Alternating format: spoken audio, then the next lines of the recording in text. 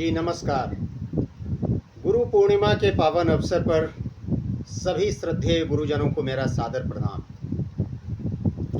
जैसा कि आप सभी जानते हैं कि फौजदारी के 3 कानून भारतीय न्याय संहिता 2023, भारतीय नागरिक सुरक्षा संहिता 2023 एवं भारतीय साक्ष्य अधिनियम 2023 को जुलाई 1, 2024 से लागू कर दिया गया है।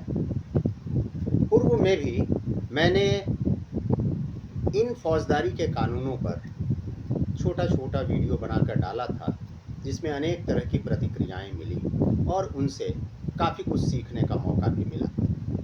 इधर भारतीय न्याय संहिता 2023 को पढ़ने पर ये जानकारी मिलती है कि उसमें कुछ नए अपराधों को भी शामिल किया गया है एवं उनमें कितनी सज़ा दी गई है इसको भी प्रावधानित किया गया है।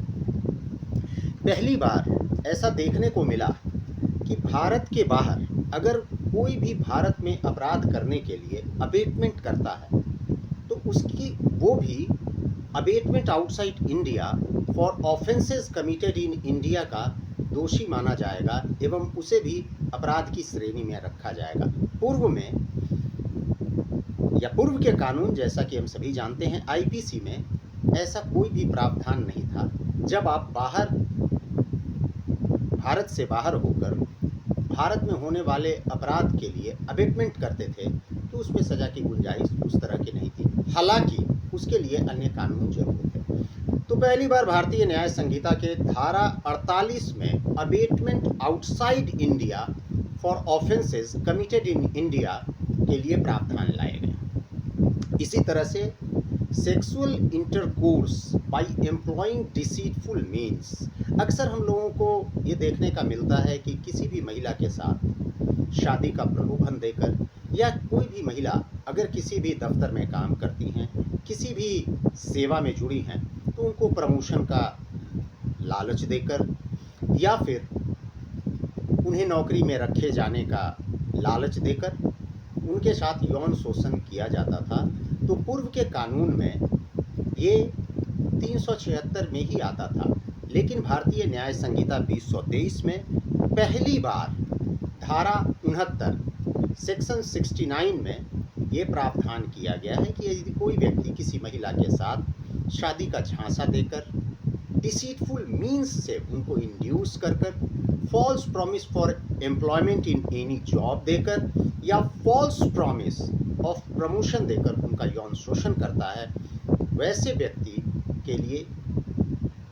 व्यक्ति को धारा 69 के तहत अपराधी माना जाएगा। इसी तरह से अगर किसी बच्चे को इंगेज करके और उससे कोई ऑफेंस करवाया जाता है, इसके लिए भी एक धारा को प्रावधानित किया गया है, धारा 95, जो कहता है कि हायरिंग और एम्प्लॉइंग और engaging a child to commit an offence. इससे पूर्व में हम लोग जैसा कि जानते हैं कि मर्डर के लिए सजा की बात आईपीसी 302 में कही जाती थी, लेकिन पहली बार भारतीय न्याय संहिता में मॉब लिंचिंग को लेकर एक बात आई है कि अगर on the basis of discrimination of race, caste, sex, place of birth, language और पर्सनल बिलीफ को लेकर 5 या 5 से अधिक व्यक्ति किसी भी व्यक्ति की हत्या कर देते हैं, तो वैसी स्थिति में, हालांकि शब्द मॉब लिंचिंग का प्रयोग नहीं किया गया है, लेकिन उस कानून को लाया गया है क्योंकि इधर कुछ दिनों में इसकी ज़रूरत समझी जा रही थी। जो सबसे बड़ी सज़ा का प्रावधान किया गया है इधर के दिनों में, जैसा कि हम लोग देख रहे हैं कि अपराध अनेक प्रकार से होने लगे हैं। 2 व्यक्ति या 2 से अधिक व्यक्ति आपस में मिलकर या एक सिंडिकेट बनाकर उस तरह के अपराध को कारित करते हैं। वैसे अपराधों को विशिष्ट नाम दिया गया है ऑर्गेनाइज्ड क्राइम, और धारा 111 भारतीय न्याय संहिता में उसकी बात कही गई है। और उस ऑर्गेनाइज्ड क्राइम को लेकर उसे परिभाषित भी पहली बार किया गया है। इससे पूर्व भारतीय दंड संहिता, जिसे हम लोग आईपीसी के नाम से जानते हैं, उसमें इस तरह का प्रावधान नहीं था। वहीं पर छोटे छोटे ऑर्गेनाइज्ड क्राइम को लेकर, जैसे स्नैचिंग कर लेना, चोरी कर लेना, वाहनों की चोरी की शिकायत मोबाइल को छीन कर भाग जाना, और उसके लिए 2 या 2 से अधिक व्यक्ति किसी तरह का ग्रुप चलाते हैं या सिंडिकेट चलाते हैं, तो पेटी ऑर्गेनाइज्ड क्राइम को भी 112 में परिभाषित किया गया है और उसके सज़ा का प्रावधान किया गया है। इसी तरह से पहली बार टेररिस्ट एक्ट के लिए भी भारतीय न्याय संहिता की धारा 113 में प्रावधान किए गए हैं, जो पूर्व के आईपीसी में, भारतीय दंड विधान में, भारतीय दंड संहिता में आप नहीं देख सकते थे। इसी तरह से act endangering sovereignty, unity and integrity of India को लेकर पहली बार 152 में प्रावधान किया गया है।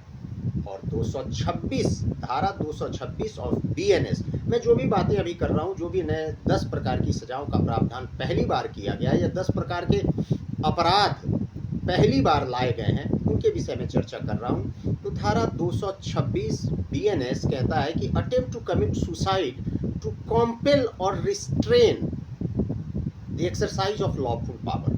बहुत सारे लोग आप देखेंगे कि सरकारी पदाधिकारियों पर इस तरह का दबाव बनाते हैं कि अगर आप अमुक काम मेरा नहीं करेंगे तो मैं आत्महत्या कर लूँगा, या अगर आप अमुक काम ऐसा करेंगे तो मैं आत्महत्या कर लूँगा। अर्थात किसी भी लॉफुल अथॉरिटी को कॉम्पेल करने के लिए या रिस्ट्रेन करने के लिए आत्महत्या करने की धमकी देना भी एक अपराध की श्रेणी में लाया गया है। धारा है 226। और पहली बार स्नैचिंग, अक्सर हम देखते हैं कि सुबह या शाम में या दिन में ही खास करके कोई महिला या कोई बुजुर्ग व्यक्ति या कोई छोटा बच्चा जा रहा हो और उसके पास कोई कीमती सामान हो या फिर मोबाइल हो या पर्स हो, उसको झपट्टा मारकर भागने वाले का एक गिरोह हर शहर, हर गांव, हर कस्बा में अमूमन देखने को मिलता है।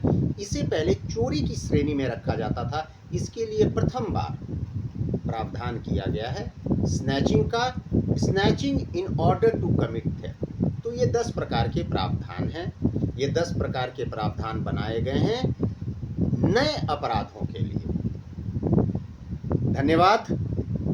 फिर अगले वीडियो में हम लोग चर्चा करेंगे कि बेल को लेकर, जमानत को लेकर किस तरह के प्रावधान भारतीय नागरिक सुरक्षा संहिता में दिए गए हैं। प्रतिक्रिया का इंतजार रहेगा।